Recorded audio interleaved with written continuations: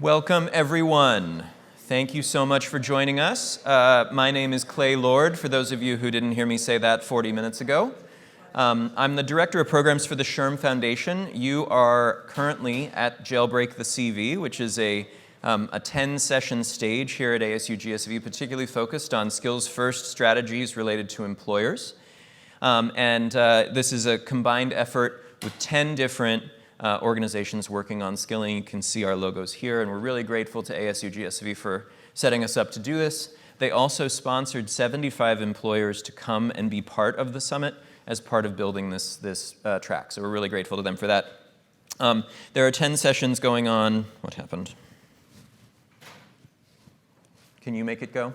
They just there we go. To flap like a butterfly. Yeah. 10 sessions.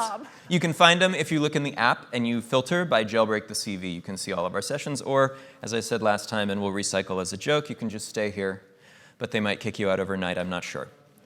Okay, we are here at this point to, is this actually working or not? Okay. We are here for this session to talk about the what and the how of skills-first hiring. So we're talking about overcoming the challenges and embracing the opportunities of being skills-first. And we're going to do that. I'm going to briefly recap some of the conversation we had in the last session, just very briefly for orientation. We're going to ask this question of how one becomes skills-first, because it's sometimes treated as a you aren't, and then one day you are. And actually, it's more like you're a baby and one day you're an adult, but you grow a lot along the way. We're going to give you a few quick use cases, and in between all these, we're going to ask you questions, and you're going to tell us things. And then finally, we're going to talk a little bit more about the maturity modeling. Just to recap the last session, we had some stats that we talked about in terms of the why of skills-first hiring. And basically what it comes down to is that the conditions are ripe for this. So we've got a good percentage of people and a growing percentage of people who are not pursuing a 4-year degree. We have a good increase, a significant increase in the number of alternatives to degrees that are available on the marketplace. Currently about 1 million credentials provided by 60,000 providers all across the world. And right now we have a moment where there are more jobs than there are people who are looking for work. And so employers should, by rights, be incentivized to think in new ways about their hiring practices. When we talk about the why, we got to lots of different questions and spent a lot of time actually thinking about some of the challenges associated with that and the fears that people had about if they take this leap, what's on the other side of it. But in terms of the why can get you a wider pool of candidates. The why can get you potentially stronger loyalty among the people who are employed by you. And the why is also a reality of the evolution of work and population dynamics in the United States right now, right? So there's that. The recap of why not, among many other fears that people had, including that this might be a trap that's just going to lead to future inequities, that this is going to create more work than it's going to alleviate. We also had conversations about the challenges of ROI, the role that risk plays in this conversation, and the fact that it's pretty risky, and the risk fairly squarely sits on the HR person or hiring manager's shoulders if they make the wrong choice about this. We also talked a little bit about trust and quality, and the challenges of shifting from something where there's an assumption of quality in that degree that you then have to find in other places. But right now those other places are sort of disorganized and really murky. And then finally we talked about isolation and scale. So it can feel like you're on your own on a journey that can be somewhat risky and dangerous, and it would be nice if you had some friends. And also that it's really hard to scale this stuff. It's expensive, it's complicated, you have to get a lot of buy-in from a lot of people. And so that creates a little bit of a challenging dynamic. So what we're going to do over the course of the remainder of this session is we're going to ask you a question. We're going to talk about that question for a little bit, and then we're going to give some information, and then we're going to move on to the next question. I'm saying that to prepare you because I'm about to ask you a question, which means that you will then have to answer me. And we have microphones, and we're good with silence. So be prepared. All right, so the first question is how are you actively, or how hypothetically do you incorporate skills-first practices in your organization and network? Give us some examples of ways that you're incorporating skills-first practices right now. My friend over here. Something new, though. In our, let me see, we're the talent and learning team for the US. So we've got about 8,000 people in the US and probably about 16,000 over the next 4 to 5 years, where that's how much we're going to grow. But the company is much, much larger, 40,000 globally. And we, in the US, and we have an organizational development arm, and so we've been using that as a way to get towards needs analysis for what programs we're doing. Typically, it was just we have some people, they need some development, so just go take it and do whatever that is behind the wall. But we have been much more focused on the fact that resurfacing that 3 years ago the company picked leadership competencies, and we have an assessment that we use to assess those, and a 360 to assess those.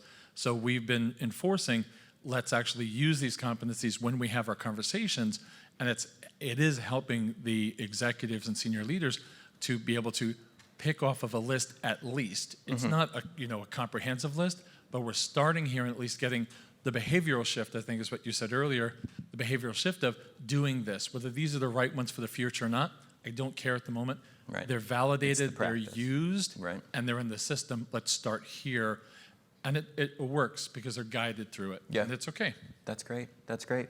And I think it's helpful to contextualize some of this too. It's like the conversations that Clayton was referring to in the previous session were really so I'm Colin Reynolds, Education Design Lab. Over the last year, we've been going through an understand phase where we're having these conversations one-on-one with employers and HR tech vendors to really understand what it is they mean when they say skills first efforts, what tools are they providing, how are they incorporating these into their systems and supporting partners who are doing the same thing. So examples like that are really helpful, and that's really what the spirit of this session is to understand more and to make connections across the room, as well as that we see a lot of organizations that end up doing things in isolation feel like they're the only ones doing it. And we often hear from partners, well, can you show us some use cases or examples from other people who are doing this? Because we don't want to be the first ones to do it. Right. Well, we're all kind of doing this together. And so if you can make some connections in this room today, that'd be great. Any other quick examples? Go ahead, yeah. So when we're hiring, we break down what's needed for success into the job, and take that, map it to a set of skills, and then during the interview loop, the guides or the scripts that are built for the interview is every question, everything in there maps back to those skills. And so when people, all they have to do is score each of those questions, and then you can map it back at the skills vector, see what they're good at. That's great. That's great. Go ahead. Yeah, I speak as an HR tech vendor, so I would naturally rank our organization a little bit on the higher level of the maturity curve, but it's because it's all we think about. Everyone in our 200-person organization has a skills profile detailed for them, but this is a kind of an interesting example because when we went through a strategic reorg last year, the executive leadership used those skill profiles not only to determine where the company would go in the next 24 to 36 months, but whether or not the skills of the individuals in-house aligned with that vision and where difficult decisions had to be made about either continuing somebody in their current role or continuing their work with the organization.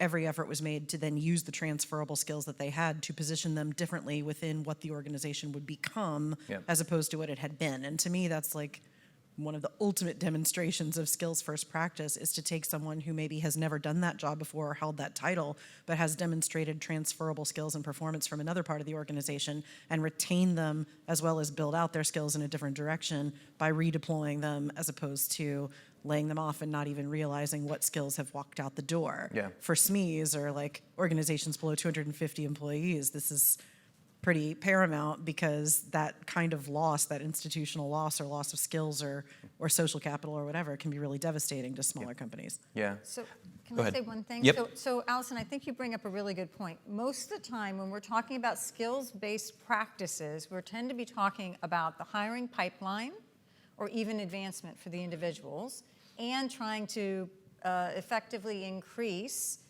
productivity for that organization. We don't talk a lot about organizational optimization as the result of skills, and that may be one of the biggest ROIs for having that conversation with the employer sector about how can we really think about optimizing our organizations in lots of different ways. So I'm going to just run you through 3 really quick examples, but one thing I want to say at the start is that, so a lot of the practices you heard may have sounded more complicated or systemic, and absolutely those are a lot of them, but I think one thing to note is that adopting a skills-first practice does not have to be a hard process, and it also doesn't even have to be a really long or arduous process. And so one of the myths that at SHRM Foundation we are trying very hard to combat is that what we are asking you to do is move mountains, when what we're asking you to do is take one step, and to do incremental, measurable, manageable action that's going to move you slightly up that maturity model progression so that you're just a little bit closer to skills-first centering in your organization. So let me just talk to you about these 3. And we picked one small, one medium, and one large company just to give you a flavor. So Paxa is a utility in Hawaii, and they were part of a pilot program that we ran, so was VOA Northern Rockies. And their work was around redoing their job descriptions. So again, not anything huge, but something very, very impactful. So they went through a process with our partners at Jobs for the Future where they navigated a subset of their job descriptions which had been designed not around skills, but instead around hopes and dreams and desires of whoever wrote the job description. And they rolled them into a much more standardized set of skills-based job descriptions. And there is actually a fabulous tool called the Skills-Based Job Description Generator or something like that. We're calling it the Skillitizer. The Skillitizer, that's much better than what I said. Skillitizer. The Skillitizer, which is a tool, it's online. It's online, freely available. Online, freely available, and it has a variety of different roles that you can go and you can look at it and you can actually begin the process of rolling your job descriptions to a skills-first frame, which is really a fabulous first step. Volunteers of American Northern Rockies is an organization in the Northern Rockies it's a mid-size organization, and they went through a really interesting process of career pathway mapping. And so for them, what they figured out was the challenge was that the people who were there who they wanted to keep didn't have a very clear understanding of where on earth they were going to go. And they're only going to stay in one position for so long. They want to move up, they want to move sideways, they want to move someplace. Even if they love the organization, eventually they'll leave. And so they went through a process, again with JFF and us collaborating with them, to develop a set of career pathway maps that allowed people from the moment that they entered the organization at those sort of baseline roles to understand that there was a future for them there. It's a retention strategy, but it's also a strategy to help remind the company over and over again that they have that people need to have a future and that there is a future mapped in the organization. That becomes sort of easier and easier in a way the larger you are, the more pathways are available. I come from a 13 or 14 person foundation inside a 450 person company. SHRM has a much easier job of articulating career pathways than we do, because there are only 13 of us, and basically the answer is you don't go anywhere unless someone else leaves. So, we got to have that conversation. Target, and one of the things I will note generally is that there are a lot of amazing large organizations that have done really good work in this space. The caveat to throw out is that they often pay for that work themselves, and they are able to make it very bespoke to what they're trying to do, which is fantastic, but it does make it hard to think about replicability, about enterprise-level usage, and trickle down to mid-size organizations and small organizations. So Target, as you might imagine, has many, many, many, many people. But what was interesting to them when they started thinking about skills first is that it turns out that if they took their top 15 roles, 1-5, top 15 roles in their company, and they did skills mapping, they could cover 70% of their workforce. And so over a fairly short period of time, they did a skills mapping process, and they were able to figure out the kind of full skills map of those 15 roles and cover 70% of the positions that they had in the organization. Some of those positions were hierarchically related to each other, which means that they also were de facto developing skills maps. And then my favorite thing is that they were able to go through a process of sort of retroactively mapping the skills that they needed so that they could go out and find skill stacks in completely unrelated parts of their company or completely unrelated parts outside their company and find people who had potential to be able to succeed in these roles they had because they had developed them around skills as opposed to around the sort of broader scale description of the job. So those are the examples. And now I pass to I'll Colin. take it. Colin. So one of the questions that we want to talk about here is what's helpful in growing your organization in the skills sort of first mentality. And one couple things that we learned over the last year is that some of the resources that are needed are very different depending on your organization, where you're at, but one resource that was common across all of it was just time and space for people to wrap their minds around where they're at, assess where they're at, and what is needed to move to the next spot then vary. But time was essential for everybody because we're all busy doing the things that our companies do and where our HR teams are hiring people. So to ask our HR managers to set aside 20% of their work week to learn a new HRIS system or ATS is too much. They've got to continue doing the work that they're doing. And some of the resources that were really valuable were frameworks, things to help us align our language around skills, what it is when we say skills, the definitions of those skills that we're talking about, and then embedding those skills across our system. But we need some resources, some frameworks that help us align. Others say they need buy-in from the top down and from the bottom up for an organization to say, if we are really going to truly do skills first practices, we need everybody to be bought in. And I'm really glad the example was shared here of internal candidates who have skills profiles that are being used, because in the last session, there was a very large consulting group that said, guess what, we've built this for our thousands of employees, and we've done this over the last 10 years, and nobody uses it at all. So what is it really that you need in your organization? And we'll open it up for people to respond here. What is it that would be helpful for your organization to grow in the skills first practices or a skills first mentality? Who wants to jump in? While you're warming up with that, can I ask, you're getting your ideas ready to just pop your hands up just as soon as I'm done.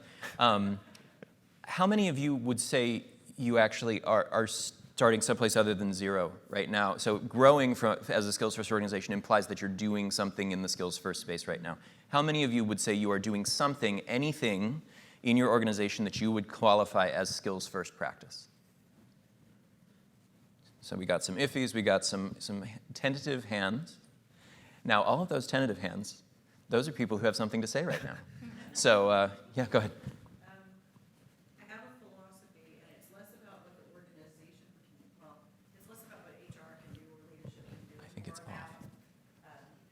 Yeah, it's not on.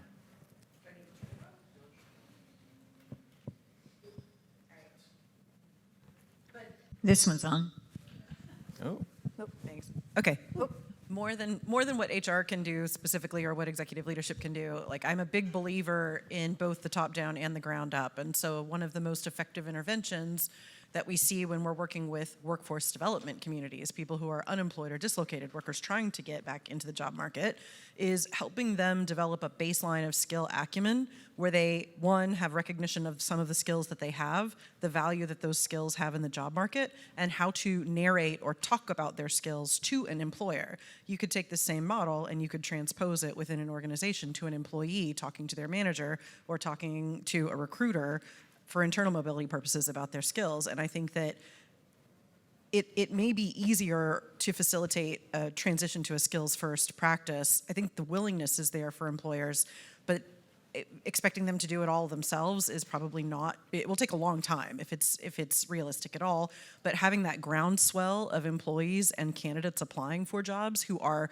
voicing their experience in the language of skills and sort of like holding employers a bit more accountable for giving skills-based decisions or making skills-based like interventions in their employee experience may be one way to affect that change by sort of like advocacy, self-advocacy, or advocacy at scale from the ground up. Yeah, yeah.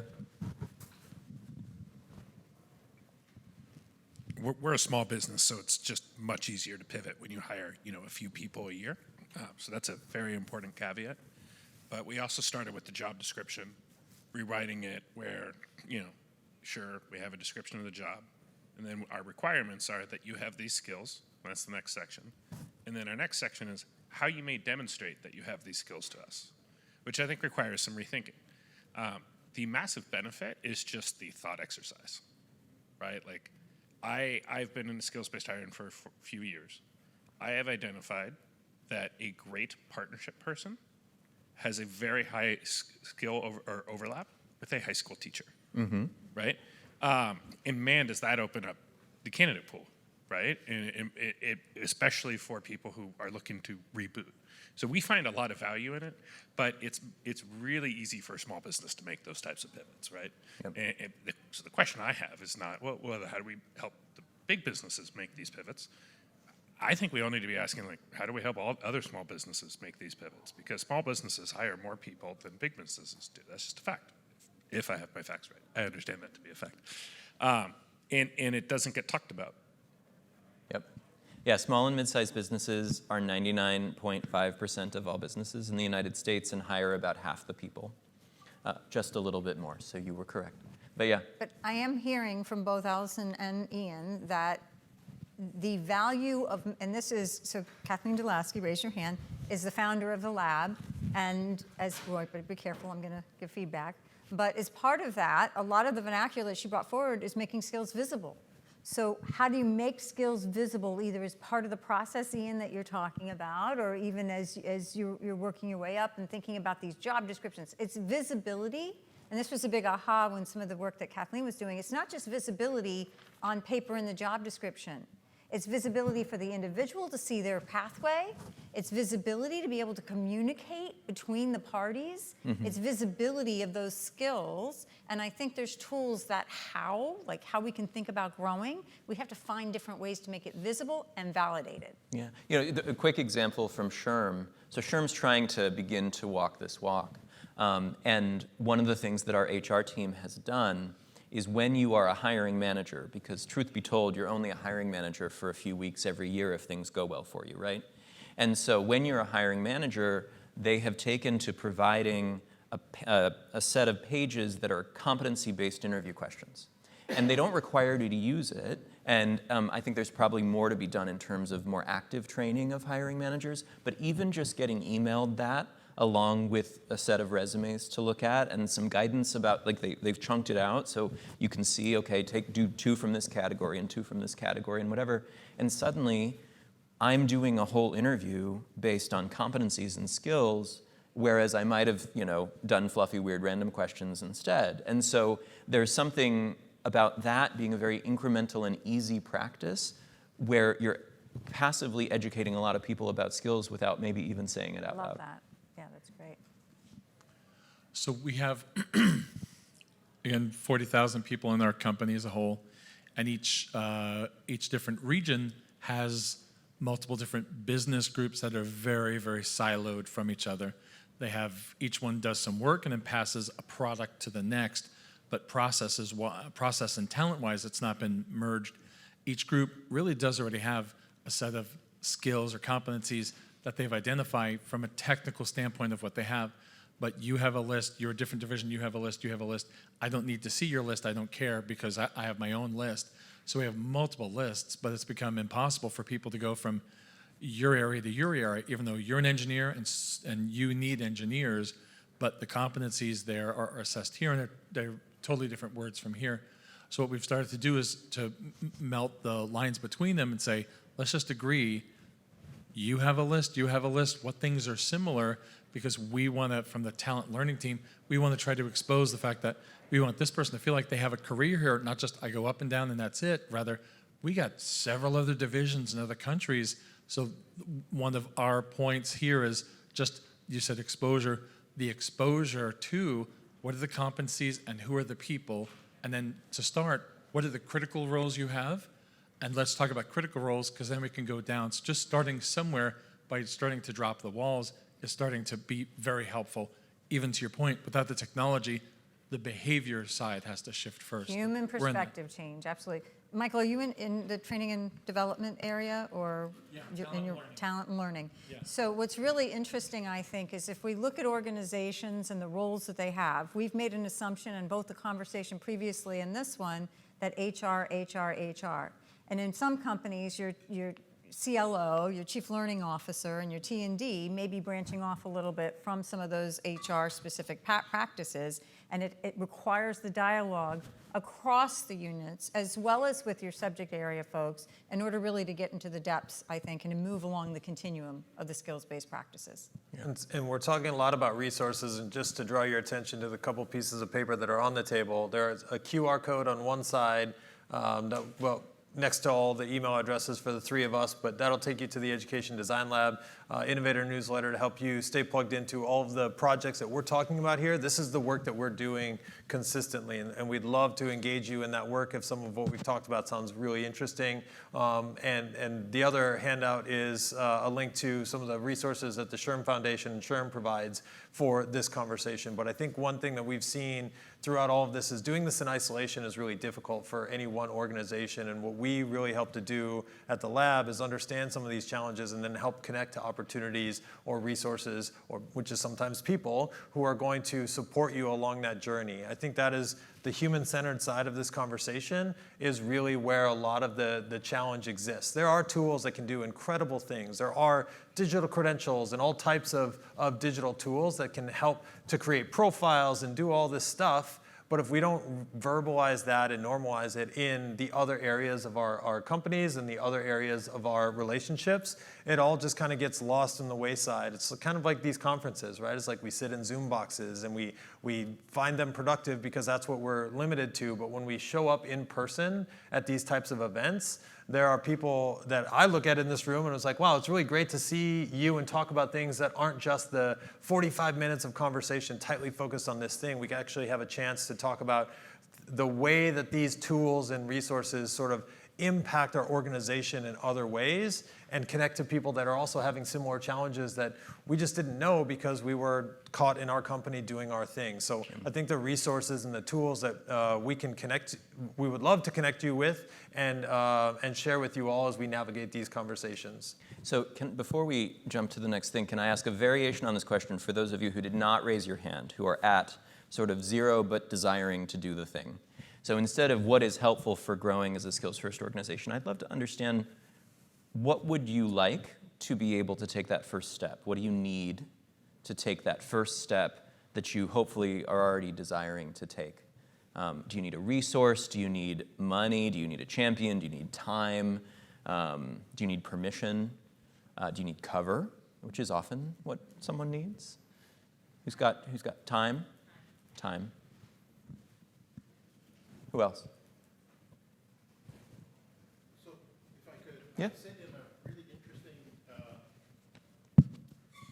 position. Mike Roberts. I run Creating Coding Careers. We are a nonprofit. We have a registered apprenticeship program with the Department of Defense, as well as a skill bridge program with the Department of, DOL and Department of Defense. So we train a lot of transitioning service members. We obviously work with a lot of enterprise customers that are looking to transition people into technology roles. We only focus on high-wage, high-growth jobs. And so for us, it's very natural because we have a competency-based registered apprenticeship program to think that this is the prescriptive solution that everybody should be looking towards, right? It addresses a lot of the issues around equity and measurement and accountability, and being a high intervention intermediary, it just kind of blows my mind that there aren't more people that look to modern apprenticeship as a pathway to competency-based, hiring and upskilling of folks.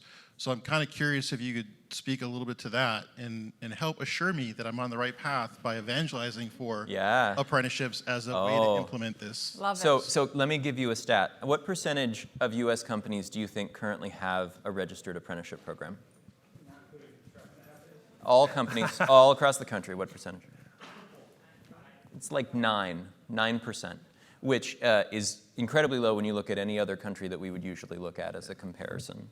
And our data at SHRM says that only about 5% of the companies that aren't currently doing a registered apprenticeship have any desire to do a registered apprenticeship within the next 5 years. So apprenticeships that aren't registered are another 11% of companies that currently have an unregistered apprenticeship.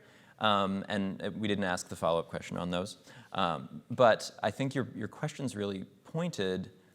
What I will say in the service of this question is that apprenticeship is a tricky operation in the United States because there is a presumption that the company is essentially paying for someone who doesn't have the skills, and they're paying for that person to get the skills, which is a level of altruism that sometimes doesn't seem to be present in a lot of American companies. And so that's another place where in the last one, we were talking a lot about the sort of challenges of ROI and the case making that is sort of a little bit absent in this movement right now. And I think that's true around apprenticeship as well. There's a guy named Ryan Craig. He wrote a book called Apprentice Nation. He's here. His book's really interesting in that it tries to tackle, there you go. He tries to tackle that question and say, how can we make the United States an apprentice-friendly place? And it has to do with improving the argumentation that is being offered around apprenticeship. Right now, a lot of the ways that we get employers to do apprenticeships are by essentially paying for them, which is sort of a short-term solution, because when you stop paying for them, you have to have had enough of an ROI that it makes sense for you to pay for it yourself. So are there other models that way? And then also there are industries where it's really popular. 25% of all manufacturing organizations have an apprenticeship program. And those are the trade industries, things like that. What we're seeing is investments from the DOL and others in trying to seed apprenticeship projects in non-traditional apprenticeship industries, green jobs, tech jobs. We have one in HR. And they have mixed rates of success, but for the ones where the flower blooms, that's a whole new industry that you can work in as well. Yeah, I think generally the reason it hasn't taken off more is there's a lot of assumption about apprenticeships only being in certain job industries and specific levels of roles, and oftentimes associated with unions. And so there's a political level there as well. But the competency component is really important. They can also be very specialized in that it's one company with an education entity versus an industry. So it depends on, again, back to registered and what are those registered components. But it's a wonderful opportunity. We also have we had some healthcare folks in here before. There's a number of industries that are based off of licensure that are tied to competency frameworks that do make them poised and ready for some of this work, which is really what I got the sense of what you were saying. Yes, you are on the right path for sure, but the core, the foundation of what you're doing is on competencies, which are on the skills. And that's where when we start talking about any sort of maturity continuum, if you don't start with those competencies are broader than skills. Skills is the mainstream vernacular, but it's where we're going. Then you're really not establishing that widespread emphasis within that skills movement to take advantage of it also. And I would add that some organizations see apprenticeships and if they don't have one, it's really intimidating to try to just start one from scratch, and they want a model or they want something to look to, when the reality is when you create something that works for the people that you're serving and working with, those are the examples that are really hard to scale, but they scale organically and they scale over time. So if there is an apprenticeship model that's working for your organization and your industry, great, keep going with it. Because there is not always one right answer, one silver bullet for them, but the success comes from digging in and doing the work. And just in case you are considering apprenticeship but on the fence, the DOL says that 9 out of every 10 apprentices that are brought in are with the company a year later because they work out, or a year after their apprenticeship ends, because they work out really well and are incredibly loyal and hardworking. So let's go to the next slide. Yeah, let's move it along. We've got one more, and All you'll right. see these all around the room. Good afternoon, everyone. I'm Naomi Boyer with Education Design Lab, and one of the things, many of you were in the room before, so I apologize for this, but for those of you that did come in new and you may not have gotten a copy, on the tables Colin was mentioning is the skills-based maturity model. If you don't have a copy, raise your hand. I don't know whether Clay went to see whether there's some more over there, but we do have some more, yeah. Okay, fantastic, so that we can get them in your hands. I want you all to take a look at this. This is a work in progress. This is not a work in perfection. And your input is really valuable to us, but I'm really interested on the charts around the room to have you all take rate yourselves as an employing organization. I understand many of you are nonprofits in the room or ed tech, and you're not really thinking, oh, I'm not an employer. Guess what? Most of us are all employers, regardless of our role. And think about where you are in this entity. starting at the beginning that's is a that tough the one. largest Sorry. majority of your positions are required I also need a degrees, digital one too. right? And then moving all the way along. But looking at the categories at the top, the headings on these, and then the descriptions underneath give you more information. If we go to, let's say, level 3, it's you're starting to build your skills structure, right? Remember I just talked a little bit about competencies and how important those are? That's really when you're in that level 2, but as you're building that skills structure across your organization, you're defining the skills, you're explicitly listing your skill requirements, and you're starting to see in your organization that mind shift. You heard Michael mention earlier in the previous conversation, I mentioned a lot of this work, while there's a lot of technology, fantastic technologies, tools out there to help us along this journey. AI is going to propel us in this space. We can put it all in, but if we don't have a basic mind shift and perspective shift, we're not going to be successful, right? So some of these maturity movement along here is talking about how do we move in that journey as an organization. We had a gentleman earlier that was talking about, well, where's the data? Like, how are we capitalizing on the data about the validation of these things? That's really around level 5, that organization is using skills data for starting to optimize their efficiency and their effectiveness, right? And then there is, and it may be cyclical. There may be certain departments that are at a certain level and departments that are at another level, right? Sometimes it may not be the entire organization. It may be a different level, different gradients.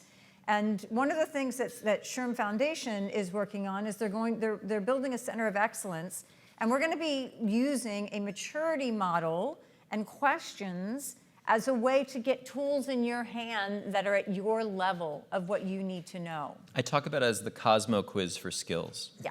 So you'll get the 15 questions for your skills-based look. And then it's going to give you a landing spot and give you a suggestion of a set of strategies that you might want to start working on from that landing spot. You can pick some and you can move through the many, many amazing resources that all of our partners have available even today, but that are sort of relatively disorganized and need to be put together. So we can watch for that hopefully by the end of this year. Just putting tools in your hands. Yes, sir. Are you guys doing anything with AI? We are. So the idea will be that you'll have the maturity model, and then there'll be an AI advisor. What we're talking about is a librarian who will ask you a series of questions that are the questions that undergird the maturity model. It'll then tell you, well, you're about here, and here's what that means. And then you'll be able to have a conversation in order to identify the resources that you're looking for. And then the AI librarian will also very gently follow you over time and say, hey, how's that going?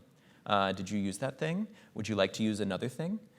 Would you like to continue your journey? And our whole goal is to facilitate employers forward into action by helping them feel a little bit less alone, a little more organized, and a little bit more engaged in the body of resources that are all available right now today from all these partner organizations out there doing great work. And Clay, I think I've got 2 microphones going now. I think there's 2 levels of the AI. So there's the AI librarian, whom I'm hoping is very nice, because I've learned over time that these AI tools really do have different personalities. Some of them can be pretty snarky, but then there's the level of the tools that are being provided could potentially have AI built into them to be able to lead organizations to AI tools that optimize their work. Yes, absolutely. And that'll definitely be the case as well. I think there are actually a lot of tools out there that are using AI in different ways. Some of them are very nascent. A lot of them are still being tested. One of the things that we heard back from a lot of employers is they don't know where to go or where to look for the things that they're trying to do. And so we're basically trying to address that question, sort of organizing things like a library, and then allowing you to check out the books you want. And an increasing area of development for AI application is really at the systems level too. How are skills being translated across platforms and across frameworks, right? So we have this framework that we use over here that says these are all the skills that we need, but this organization or this entity has their set of skills, and we're really not sure how to make if and ands and what's between them. AI is really powerful as being sort of that middleware layer, and AI becomes a form of API in that conversation. And for an individual who's able to collect their digital credentials and sort of build a skills profile or build something in a wallet or some other place, to be able to port that into that kind of system and have that translation provided for them so they can see, hey, inside of this sort of marketplace, this is how they view me and the skills that I have, and more of a skills graphing, life graphing type tool. We see a lot of development happening with AI in that area too. Well, and to put a plug in, I believe the next session in this room is actually about AI and the skills first movement for employers. So if you're interested in that topic, we'll be retiring. Yes. And other people will be taking our place, but they're amazing, and you should stay. Before We you have leave, 12 seconds. We have 10. 10. Remember the QR codes on the back. Please do go in and use those. And please, before you leave this room, do your rating on your skills maturity of where your organization is. Just take a dot of your color, whatever one you prefer, and place yourself on that skills maturity model. Thank you all so much. Have a great rest of the conference, and hopefully you enjoy it. Thanks. Thank you.